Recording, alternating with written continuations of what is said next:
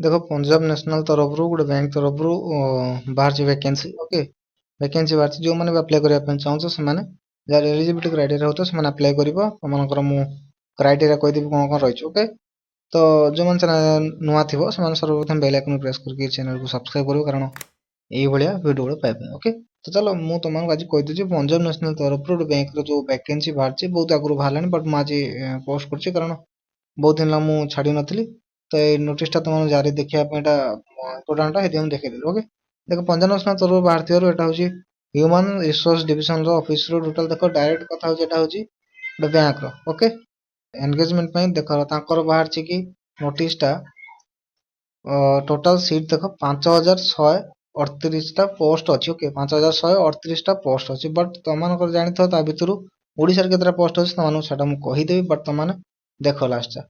तापर नेक्स्ट कौन तुमको स्टार्टिंग डेट के स्टार्टिंग देख 8 फेब्रुआरी ओके 8 फेब्रुआरी स्टार्ट है 2026 यही 8 तारीख दिन स्टार्ट है ओके तापर डेट के हम जो दिन बंद हम 24 तारीख दिन से फेब्रुआरी 24 रे तुम बंद हम जो एटा क्लोजिंग टा हम लास्ट डेटा ओके तापर आस तुम सेकेंड आस देख लास्ट डेट मुझे कहीदेली 24 फेब्रुआरी 24 स्टार्टिंग डेट हूँ 8 फेब्रुआरी ओके तापर आस तुम टेंटिव डेट ऑफ एग्जाम देख ऑनलाइन हूँ एग्जाम टा हम ओके फास्ट वीक हम मार्च 2026 हम है तापर आस तुम कौन एलिजिबिलिटी क्राइटेरिया क्वालिफिकेशन टा से तुमको कही 1/1/2026 के तुम जब 20 वर्ष होथुव है से कही 20 रु आज अधिका नौ स्टार्टिंग हूँ 20 वर्ष 1/1/2026 रु से नौ जो मान एज 20 से ही देख ओके तापर एलिजिबिलिटी क्राइटेरिया हिसाब से तुमको एलिजिबिलिटी क्राइटेरिया देख तुमको कहीदेवी लिखाई एलिजिबिलिटी क्राइटेरिया जेहेतु तुम जान स्टार्टिंग केते कौन नौ मुझे कह देख प्रथम कथा तुमने जी देख Indian a citizen of Indian India subject पुणी नेपाल अच्छी भूटान अच्छी या भर तुमने दरकार गोटे कंट्री लोक ना अलग बाहर लोक पकई पार ना ओके देख एज क्वालिफिकेशन के रोचे एज क्वालिफिकेशन तार नॉर्मल रोचे एज रोचे टिके हाई अच्छी बट एत भी नॉर्मल नुह रखी के 20 वर्ष रु तुम नौ 28 वर्ष पर्यंत एज नौ ओके देख 1/1/2026 कतु जमी तुम माने 20 वर्ष होता दरकार ओके आताप रिलैक्सेशन अच्छी रिलैक्सेशन कौन अच्छी तुम तुमने जो मैंने रहा PWD SC ST OBC से कौन कर 34 वर्ष पर्यंत अप्लाई कर ओके से अच्छी देख 28 वर्ष 20 रु 28 वर्ष तुम अप्लाई कर 20 रु 28 वर्ष पर्यंत तुम मिनिमम मैक्सिमम अप्लाई कर आज जो मैंने रिलैक्सेशन दरकार PWD SC ST OBC मान 34 वर्ष देती ओके क्लीयर तापर तुम कौन रिलैक्सेशन केते कौन कहार कहार अधिक अच्छे देख रिलैक्सेशन लिमिट हिसाब से तुमको देती कैटेगरी वाइज कौन कास्ट सर्टिफिकेट अच्छे कास्ट जो मान शेड्यूल कास्ट से 5 वर्ष रिलेशन अच्छे है शेड्यूल कास्ट पे आस कौन बैकग्राउंड कास्ट से जो रही बैकवर्ड क्लास जो रही 3 वर्ष रिलैक्सेशन अच्छी ओके तापर तुम कौन डिजेबिलिटी जो मान अंगक्षम ओके जो मैंने अंगक्षम से कौन 10 वर्ष रिलैक्सेशन पाइबे ओके तापर आस तुम कौन वोमेन मान जो रही से पाइबे कौन ना 35 रु 38 वर्ष पाइबे आ जो मैंने रही SC ST देख SC ST से 40 वर्ष पाइबे ओबीसी पिला भी 40 वर्ष पाइबे ओके तो क्लियर एज भी रिलैक्सेशन क्लियर तापर तुम कौन एजुकेशन क्वालिफिकेशन देख तुम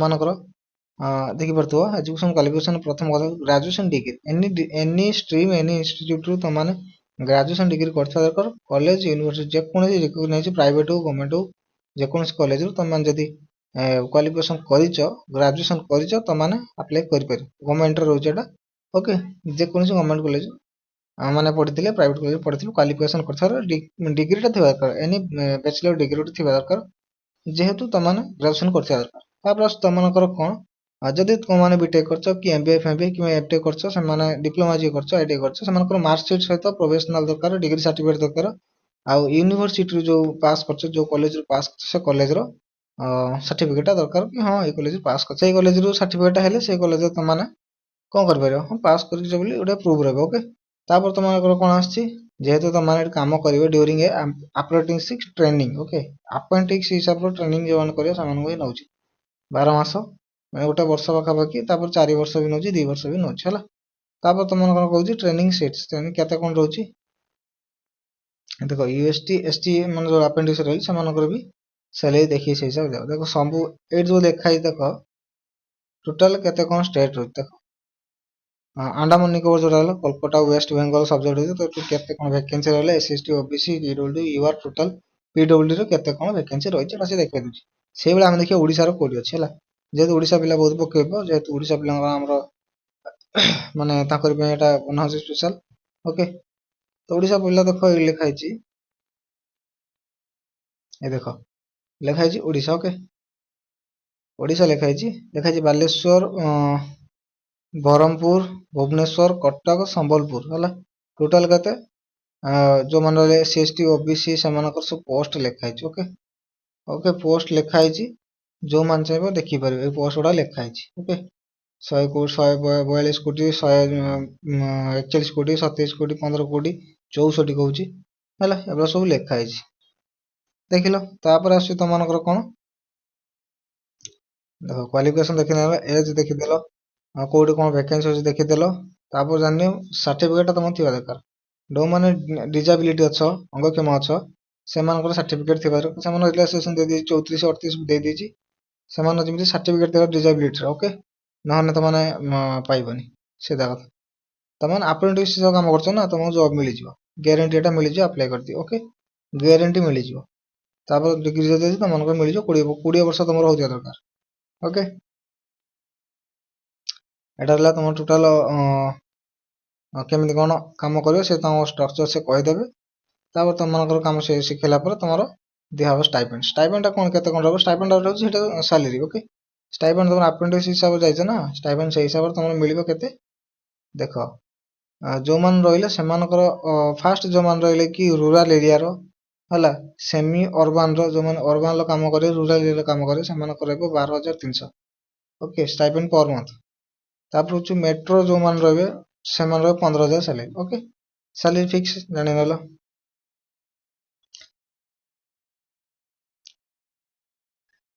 तापर टर्म कंडीशन लिखा है तुम जापर तुम से ठीक गले जान बट कौन कौन नब डॉक्यूमेंट कौन नब केते कौन डॉक्यूमेंट ये कर केमी कौन अप्लाई कर देख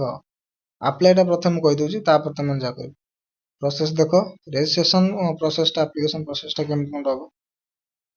वेबसाइट जीव लिखाई देख वेबसाइट हूँ यहाँ https://bfsissc.com ओके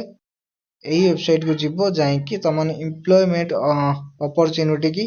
माने अप्लाई करिवो तापर लिखा है अप्रेंटिस अपॉर्चुनिटीज ओके अपॉर्चुनिटी माने अप्रेंटिस अपॉर्चुनिटी जोड़ा लगी जोटा पंजाब नेशनल तरफ थी बैंक पीएनबी अप्रेंटिस प्रोग्राम 2025-26 लिखाई थी से जाकि डिटेल्स देखीदेव तापर तुम अप्लाई कर ओके रेजिस्ट्रेशन ऑनलाइन ही करिवो रेजिस्ट्रेशन कला परे तुमनकर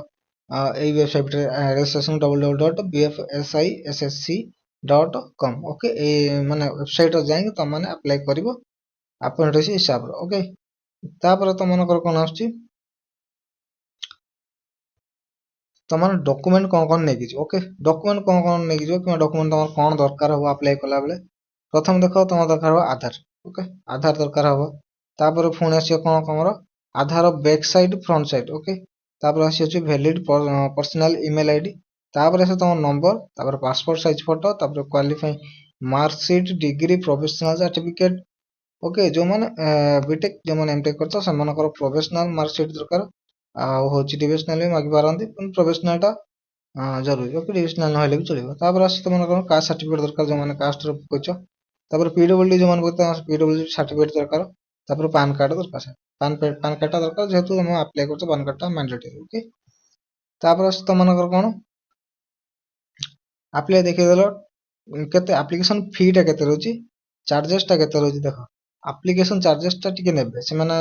जोट भी अप्लाई करो एप्लिकेशन चार्जेस नेबे हेले तापर आस एप्लिकेशन चार्जेस केते कोन नेबे तुम देखै देख प्रथम रोची category wise general OBC EWS male male category से माने केते रहबो एप्लिकेशन फी रहबो 100 टका ओके एग्जामिनेशन फी रहबो 600 टका आ इनिशियल पे रहबो 100 टका टोटल मिसी की टोटल देखो टोटल लिखा है 800 प्लस जीएसटी 18% टोटल मिसी की 994 टका नेबे सॉरी 944 टଙ୍କା से नेबे ओके जनरल ओबीसी ईडब्ल्यूएस ସେମାନେ କରୁଛନ୍ତି 944 ଟଙ୍କା ତାପରେ ସେଟା ହେଉଛି ମେଲ୍ କ୍ୟାଣ୍ଡିଡେଟ୍ ଏଟା ହେଉଛି ଫିମେଲ୍ କ୍ୟାଣ୍ଡିଡେଟ୍ ଯେଉଁମାନେ ରହିଲେ ଜେନେରାଲ ଓବିସି ईडब्ल्यूएस ଯେଉଁମାନେ ରହିଲେ ସେମାନଙ୍କର ଆପ୍ଲିକେସନ୍ ଫି ରହିବ 100 ଟଙ୍କା ଏକ୍ସାମିନେସନ୍ ଫି ହେଉଛି 400 ଟଙ୍କା ଆଉ ହେଉଛି ଇନିସିଆଲ୍ ପେ ହେଉଛି 100 ଟଙ୍କା ହେଲା ଟୋଟାଲ୍ ଫି କେତେ ରହୁଛି 600 ଟଙ୍କା ଜିଏସଟି 18% ଟୋଟାଲ୍ ମିଶି 708 ଟଙ୍କା ସେ ଦେବେ ତାପରେ ହେଉଛି ଏସସି ଏସଟି ଆଉ ପିଡବ୍ଲ୍ୟୁବିଡି ଯେଉଁମାନେ ରହିଲେ ମେଲ୍ ଫିମେଲ୍ ଦୁଇ ଜଣଙ୍କର ସେମାନଙ୍କର ରହିବ ହେଉଛି 100 ଟଙ୍କା ଚାର୍ଜ ମାନେ ଆପ୍ଲିକେସନ୍ ଫି ତାପରେ ଏକ୍ସାମିନେସନ୍ ଫି ଯେଉଁଟା ରହିଛି ସେଟା ରହିବ ନାହିଁ ଓକେ ତାପରେ ହେଉଛି ଏକ୍ସାମିନେସନ୍ ଫି ହେଉଛି ଫ୍ରି ତାପରେ ଇନିସିଆଲ୍ ପେ ରହିବ 100 ଟଙ୍କା ଟୋଟାଲ୍ ହେଉଛି 200 ଟଙ୍କା ଜିଏସଟି ଲାଗି 18% 236 ଟଙ୍କା ମିଳିବ ଓକେ ତାପରେ ଆସିବ କ'ଣ ତମମାନଙ୍କର ନେକ୍ସଟ ଆସୁଛି କ୍ୟାଣ୍ଡିଡେଟ୍ ମାନଙ୍କର ଯେଉଁମାନେ ରହିଲେ ସେମାନେ 100 ଟଙ୍କା 100 ଟଙ୍କା ଆପ୍ଲିକେସନ୍ ଫି ଆଉ ଅଦର ଚାର୍ଜ ନାହିଁ ଇନିସିଆଲ୍ ପେ ହେଉଛି 100 ଟଙ୍କା ଓକେ ସେଇ ଟୋଟାଲ୍ ମିଶିକି 236 ଟଙ୍କାରେ ରହୁଛି ପେ ବି ଜାଣିନେଲେ କେମିତି କ'ଣ ଯେଉଁମାନେ ସିଲେକ୍ସନ୍ ପ୍ରୋସେସ୍ ଯେଉଁମାନେ ଜାଣିନ ସିଲେକ୍ସନ୍ ପ୍ରୋସେସ୍ ଦେଖ ପ୍ରଥମ କଥା ତମମାନଙ୍କର କେମିତି କ'ଣ ଭେରିଫିକେସନ୍ କେମିତି କ'ଣ ଟେଷ୍ଟ ହେବ ଏକ୍ଜାମ୍ ହେବ ଓକେ ଦେଖ ଏକ୍ଜାମ୍ ପାଇଁ ତମମାନଙ୍କର ବେସିକ୍ ତ ପ୍ରଥମ କଥା ଅନଲାଇନ୍ର ରିଟିନ୍ ଟେଷ୍ଟ ହେବ ଓକେ ସିବିଟି ଏକ୍ଜାମ୍ ଯେଉଁଟା କୁହାଯାଏ ଓକେ ଯେଉଁମାନେ ଜାଣିନିଅ ସିବିଟି ଏକ୍ଜାମ୍ ହେବ ତାପରେ ଆସିବ ତମମାନଙ୍କର ଡକୁମେଣ୍ଟ ଭେରିଫିକେସନ୍ ପ୍ରଥମେ ଅନଲାଇନ୍ ଟେଷ୍ଟ ତାପରେ ଡକୁମେଣ୍ଟ ଭେରିଫିକେସନ୍ ତାପରେ ଟେଷ୍ଟ ଅଫ୍ ଲୋକାଲ୍ ଲାଙ୍ଗୁଏଜ୍ ତମମାନଙ୍କର ଦେଖ ଯେଉଁମାନେ ଆପ୍ଲାଏ କରିବ ସେମାନେ ନିଜର ଲାଙ୍ଗୁଏଜ୍ ଜାଣିଥିବା ଦରକାର ଓକେ ଓଡ଼ିଆ ଇଂଲିଶ ହିନ୍ଦୀ ଏସବୁ ନିଜ ଲୋକାଲ୍ ଲାଙ୍ଗୁଏଜ୍ ଆମର ଲୋକାଲ୍ ଲାଙ୍ଗୁଏଜ୍ ଓଡ଼ିଆ ପିଲାଙ୍କର ଲୋକାଲ୍ ଲାଙ୍ଗୁଏଜ୍ କ'ଣ ନା ଓଡ଼ିଶା ପିଲାଙ୍କର ଓଡ଼ିଆ ଓକେ ସେଇଭଳି ତମେ ଜାଣିଥିବା ଦରକାର ତାପରେ ତମମାନଙ୍କର କ'ଣ ମେଡ଼ିକାଲ ଏକ୍ଜାମିନେସନ୍ ହେଲା ମେଡ଼ିକାଲ ବେଶୀ କିଛି ଦେଖିବେ ନାହିଁ ସେମାନେ ହେଲା ମେଡ଼ିକାଲ ବେଶୀ କିଛି ଦେଖା ହେବନି ଜଷ୍ଟ ମେଡ଼ିକାଲ ନର୍ମାଲ ଟେଷ୍ଟ ହେବ ତାପରେ ଅନଲାଇନ୍ ରିଟିନ୍ ଯେଉଁଟା ଏକ୍ଜାମ୍ ହେବ ଦେଖ ଅନଲାଇନ୍ ରିଟିନ୍ ଯେଉଁ ଏକ୍ଜାମ୍ ହେବ ସେଥିରେ କ'ଣ କ'ଣ କ୍ୱେଶ୍ଚନ୍ ଆସିବ କେମିତି କ'ଣ ପ୍ୟାଟର୍ନ ରହିବ ସେଇଟା ମୁଁ କହିଦେଉଛି ଦେଖ ପ୍ରଥମ କଥା ହେଉଛି ଏମସିକ୍ୟୁ ଟାଇପ୍ ରହିବ ଓକେ ଏମସିକ୍ୟୁର ଟାଇପ୍ ରହିବ ତାପରେ ସେ କେମିତି କ'ଣ ପଡ଼ିବ ପ୍ରଥମ ପଡ଼ିବ ଦେଖ general financial awareness general financial awareness ଯେଉଁଟା ରହିଲା ସେଇଟା ହେଉଛି 25 ମାର୍କ ହେବ ହେଲା 25 ମାର୍କ ମ୍ୟାକ୍ସିମମ୍ ମାର୍କ 25 ଆଉ ହେଉଛି ଜେନେରାଲ ଇଂଲିଶ ହେଉଛି 25 କ୍ୱାଣ୍ଟିଟି ଯେଉଁ ରିଜନିଂ ଆପ୍ଟିଟ୍ୟୁଡ୍ ରହିଲା ସେଇଟା ହେଉଛି 25 ରହିବ ସେଇଟା ବି 25 ରହିବ ତାପରେ କମ୍ପ୍ୟୁଟର ନଲେଜ ରହିବ 25 ମ୍ୟାକ୍ସିମମ୍ ମାର୍କ ରହିବ 25 total mark 100 maximum mark 100 okay 60 ମିନିଟ୍ର ପରୀକ୍ଷା ଇଂଲିଶ ହିନ୍ଦୀର ଯେଉଁମାନେ ଚାହିଁବେ ଇଂଲିଶ ହିନ୍ଦୀ ଯେଉଁମାନେ ଲାଙ୍ଗୁଏଜ୍ ଚୁଜ୍ କରିକି ଦେଇପାରିବ ହେଲା ଇଂଲିଶ ହିନ୍ଦୀ ଦେଖ ପ୍ରଥମତଃ ଚେକ୍ କରାହେବ ତୁମର ଯେଉଁମାନେ ଇଂଲିଶ ଜାଣିଥିବ କହିପାରୁଥିବ କିମ୍ବା ପଢ଼ିପାରୁଥିବ ସେମାନେ ଚେକ୍ କରାହେବ ତାପରେ ହେଉଛି କହିପାରୁଥିବ ଜାଣିଥିବା ଦରକାର ବାସ୍ ଏତିକି କଥା ହେଲା ଇଂଲିଶ ହିନ୍ଦୀ କହିପାରୁଥିବା ଦରକାର ଜାଣିଥିବା ଦରକାର ହିନ୍ଦୀ ବି କହିପାରୁଥିବା ଦରକାର ଓକେ ସେଇଟା ସେ ଲେଖିଛି ତ ଜାଣିଦେଲ କେମିତି କ'ଣ ସିଲେକ୍ସନ୍ ପ୍ରୋସେସ୍ ରହୁଛି କେମିତି କ'ଣ ଆପ୍ଲାଏ କରିବ ତାପରେ ଡକୁମେଣ୍ଟ ଭେରିଫିକେସନ୍ କ'ଣ କ'ଣ ଲାଗିବ କେମିତି କ'ଣ ହେବ ସେସବୁ ବି ତୁମକୁ ସେଠି କହିଦେଇଥିବ ଓକେ ତ ଏଇଟା ରହିଲା ଫୁଲ୍ ଇନଫର୍ମେସନ୍ ଯେଉଁମାନେ ଟୋଟାଲ୍ ଜାଣିବା ପାଇଁ ଚାହୁଁଛ ଏଇଟା ବି ଜାଣିନେଲ ଆଉ ବେଶୀ କିଛି ଏଥିରେ ନାହିଁ ତ ମୁଁ ଏତିକି କହିବି ତୁମମାନେ ଆପ୍ଲାଏ କର ଓକେ ବେଶୀ କିଛି ଏଥିରେ ଏତେ ଫର୍ମାଟ୍ ନାହିଁ ବାସ୍ ରିଟିନ୍ ଗୋଟେ ଦେବ ଆଉ ଏକ୍ଜାମ୍ ଗୋଟେ ଦେବ ସେଇ ରିଟିନ୍ଟା ଯେଉଁଟା ରହିଲା ତାପରେ ହେଉଛି ତୁମର ମେଡ଼ିକାଲ ଯେଉଁଟା ମେଡ଼ିକାଲ ହେବ ଫିଜିକାଲ ନୁହଁ ଖାଲି ମେଡ଼ିକାଲଟା ହେବ ଆଖି ପାଖି ଠିକ୍ ଅଛି କି ନାହିଁ ହାତ ଗୋଡ଼ ଠିକ୍ ଅଛି ନା ସେଇଟା ଦେଖିବେ ହେଲା ଆଉ ଯେଉଁମାନେ ଡିଜାବିଲିଟି ରହିଲା ସେମାନେ ଟିକେ ତମ ସାର୍ଟିଫିକେଟ୍ ରେଡ଼ି କରିଥିବ ଓକେ ଯେଉଁମାନେ ଆପ୍ଲାଏ କରିଛ ଅଲ୍ ଦ ବେଷ୍ଟ